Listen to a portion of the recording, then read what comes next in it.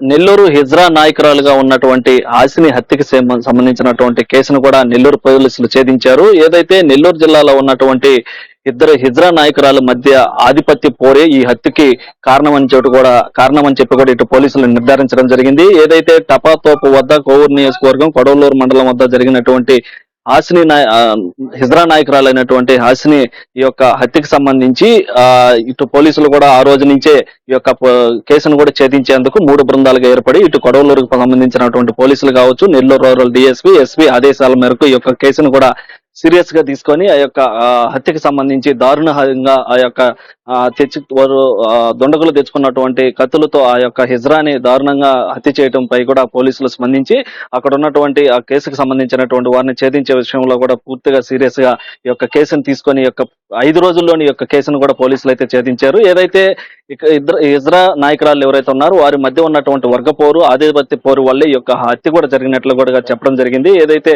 ఆ హత్యకి సంబంధించి గతంలో అనేక పోలీస్ స్టేషన్లో ఇటు నెల్లూరు, చిత్తూరు, తిరుపతి వంటి పోలీస్ స్టేషన్లో కూడా వీరిద్దరి మధ్య అనేక కేసులు కూడా నమోదై ఉన్నాయని చెప్తున్నారు. దాంతో పాటుగా ఈ యొక్క హత్యకి సంబంధించి కూడా వారి మధ్య ఉన్నటువంటి గొడవలు, ఆధిపత్య పోరు కారణంగానే ఈ హత్య కూడా పూర్తిగా జరిగినట్లు కూడా, దాంతో పాటుగా ఇక్కడ నెల్లూరులో ఉన్నటువంటి కొంతమంది పాత నేరస్తులు ఎవరైతే ఉన్నారో నేర ప్రవృత్తి కలిగినటువంటి వారిని సమీకరించుకొని వారితో ఈ యొక్క హత్యను కూడా చేపించినట్లు కూడా ఇటు పోలీసులు నిర్ధారించడం జరిగింది. ఏదైతే ప్రధానంగా నెల్లూరులో సంబంధించినటువంటి ఇప్పటి వరకు 15 మందిలో 12 మందిని కూడా అరెస్ట్ చూపించడం జరిగింది. అయితే ఈ కేసులో మొత్తం 15 మంది ఇప్పటి వరకు జరిగినటువంటి ఇన్వెస్టిగేషన్ లో 15 మంది ఉన్నట్లుగా కూడా పోలీసులు వెల్లడించారు. ఆ 15 మందిలో 12 మందిని అరెస్ట్ కూడా చూపించడం జరిగింది. ఈ అరెస్ట్ క్రమంలో ఇటు అలేఖ్య, షీల, సులోచన, అదే విధంగా హత్యకు గురైనటువంటి హాసిని మధ్య వీరందరి మధ్య కూడా ఉన్నటువంటి ఆధిపత్య పోరు, వీరి మధ్య ఉన్నటువంటి గొడవల వల్ల కూడా అనేక పోలీస్ స్టేషన్లో కూడా కేసులు నమోదు ఉన్నాయి.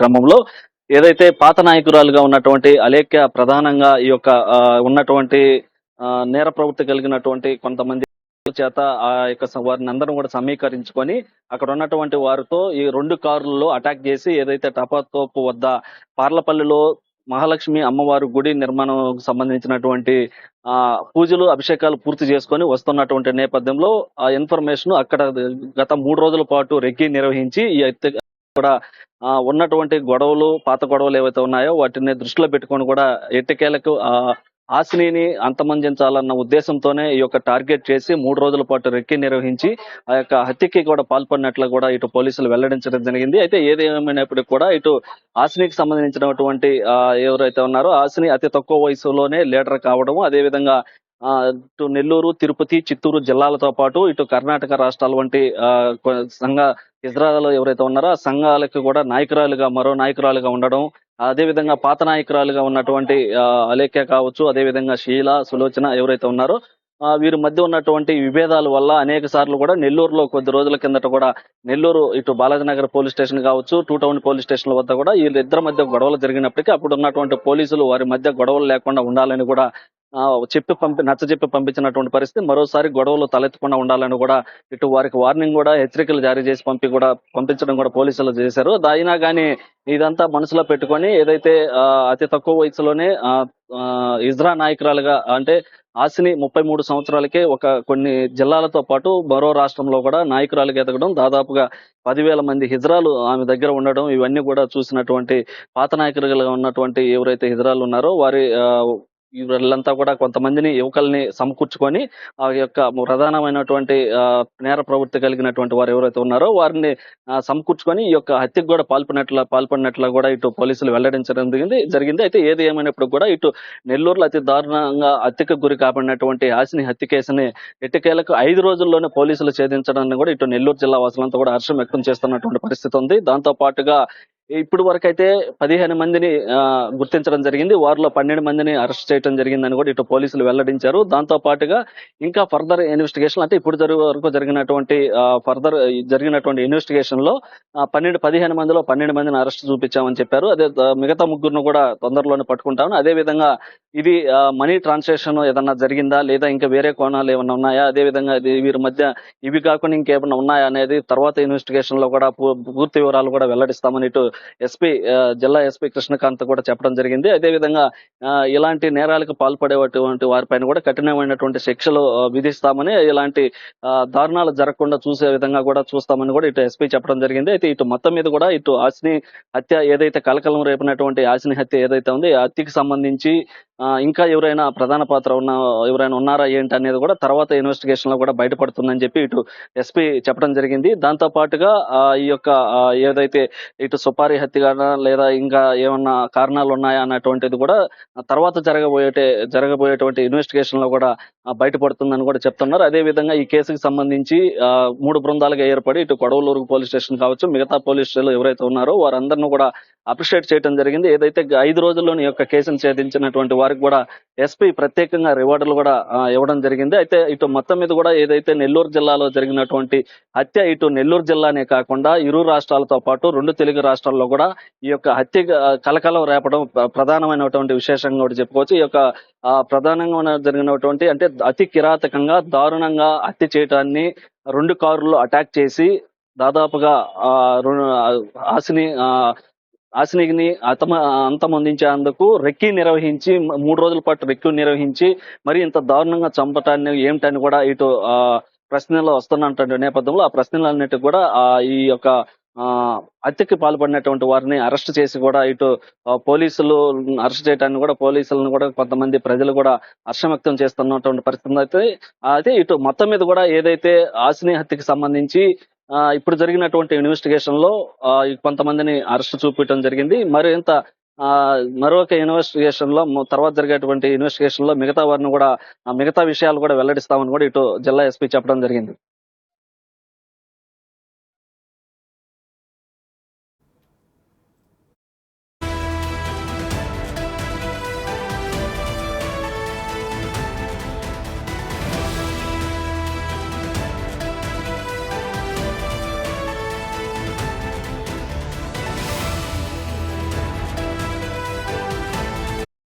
పల్లి విడవలూరు మండలంకి సంబంధించి ఒక టెంపుల్కి వెళ్ళి రిటర్న్ వస్తున్నప్పుడు సో ఈ అండర్ బ్రిడ్జి దగ్గర ఈమె వస్తున్న వెహికల్ కి సో ముందు సైడ్ వెనకల సైడ్ 2 వెహికల్స్ అడ్డం పెట్టి ఒక 10 మెంబర్స్ దాకా సీన్ లో ఉండి ఆమెని మర్డర్ చేయడం జరిగింది. సో ఇప్పటి వరకు దీంట్లో మొత్తం 15 మంది ముద్దాయిల్ని మనం ఐడెంటిఫై చేసాం. సో ఈ రోజు మనం 12 మంది ముద్దాయిల్ని అరెస్ట్ చేయడం జరిగింది.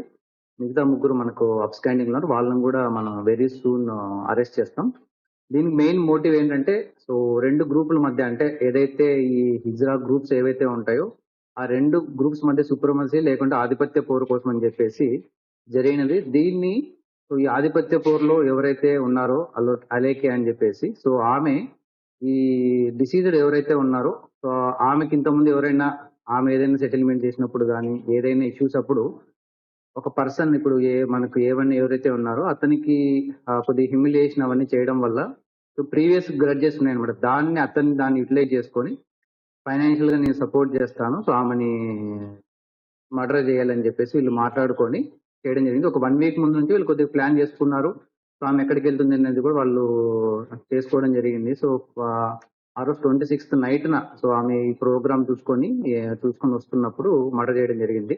సో మర్డర్ మనకు నైట్ అరౌండ్ 10 o'clock జరిగింది. బై మార్నింగ్ కల్లా మనము ఎవరు చేశారని చెప్పేసి మనం ఐడెంటిఫై చేయడం జరిగింది. దాని టెక్నాలజీ కూడా యూజ్ చేసి బై మార్నింగ్ కల్లా మనం ముద్దాయిలందరినీ ఐడెంటిఫై చేయడం జరిగింది. దీంట్లో చాలా టీమ్స్ చాలా ఎఫర్ట్స్ పెట్టడం వల్ల మనకు జరిగింది. ఎక్కడ ఎలాంటి అలిగేషన్స్ కి ఫస్ట్ ఆఫ్ ఆల్ మనం ఛాన్స్ ఇవ్వకూడదని చెప్పేసి మనం ఈ 26th జరిగినా కూడా ఈ రోజు ప్రెస్ మీట్ పెట్టడం మెయిన్ రీజన్ ఏంటంటే చాలా మనకు థియరీస్ వచ్చాయన్నమాట. సో వాటికి ఎలాంటి దాన్ని స్కోప్ ఇవ్వకోకుండా పోలీసుల మీద ఎలాంటి అలిగేషన్స్ లేకుండా ఉండడం కోసం మనం ఇంత టైం తీసుకొని అందరూ ఎవరైతే ఇన్వాల్వ్ అయిన ప్రతి ఒక్కరిని మనం ఈ కేసులో ముద్దాయిలుగా చూపించడం జరిగింది. దీంట్లో డిఎస్పీ గారు పర్సనల్ గా మానిటర్ చేస్తూ వాళ్ళ సబ్ డివిజన్ సంబంధించిన సిఐస్ అందరినీ ఇన్వాల్వ్ చేసి మనం ఇది చేయడం జరిగింది. మిగతా 3 ముద్దాయిల్ని కూడా మనం వెరియూస్కుని అరెస్ట్ చేయడం జరుగుతుంది.